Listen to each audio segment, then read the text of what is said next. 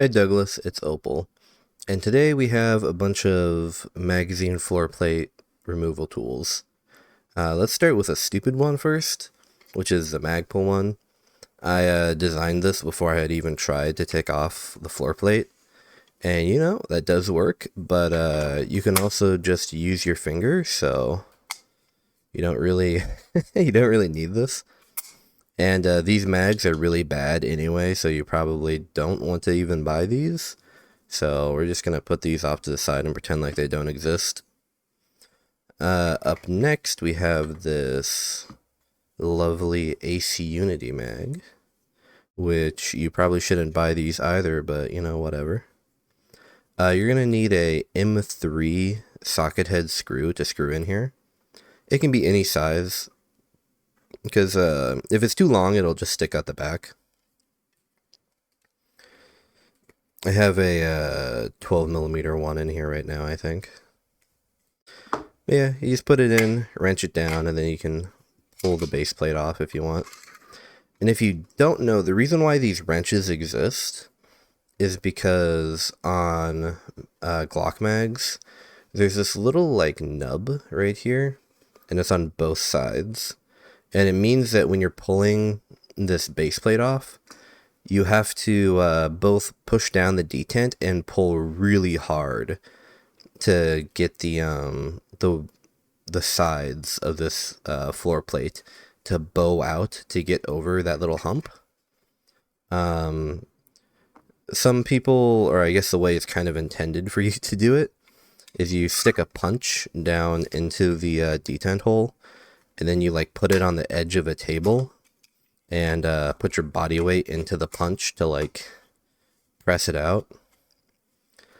And although you can do that and you don't need a specialized tool, we live in 2026 and we have 3D printers, so we don't have to do that anymore. So yeah, and I've written on the actual tool which one it is, so if you have a bunch of these, you can just see what it is rather than having to remember what shape goes to what. And now this is the OEM tool. These also work for KCI mags. This is a KCI mag. This is a 10 millimeter mag, and this is a 9 millimeter mag. But basically, this side is for the flush base plates like this, and this side is for the extended base plates like this. And this little tool here, this looks kind of like janky because it's just loose in there, but it doesn't actually fall out no matter how much you shake it. It will look like this, but this is how you actually pull it out. You kind of shake it while it's upside down for it to get loose, and then you just grab the edges and pull it out. And you need this to pull off the extended base plates. Anyway, let's pull off the 9 millimeter one. You just kind of push it down in there, and then cam it, and then you can pull it off. Same with this guy. Stick it on, cam it down, easy peasy. And then for this guy, the KCI like holes are slightly tighter than a normal OEM, so it's a little bit tight, but you can get it off just the same. And these get a little bit stuck.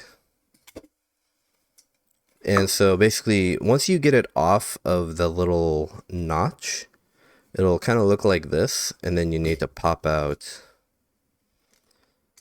this tool because you need to poke down into the hole to push the base plate out of the way so you can pull it off the rest of the way, because the bottom of the spring will be caught on the inside of this floor plate. And yeah, once you're done with it, you can just pop it back in this little channel, and it'll stay in there until you need it again. And of course, if you lose this, you can either just print another one out, or you can just, what's it called? Use like a screwdriver or something. All you need to do, all this is doing is just pushing the little plate in the bottom of this down. So you can use whatever you want. This is 4 millimeters wide, so anything that's thinner than that and it's rigid will work. But yeah, if you guys need this tool, it's available for free on my printables. And of course, I don't charge anything for it. And if you want to talk to me about gun stuff, I have a Twitch.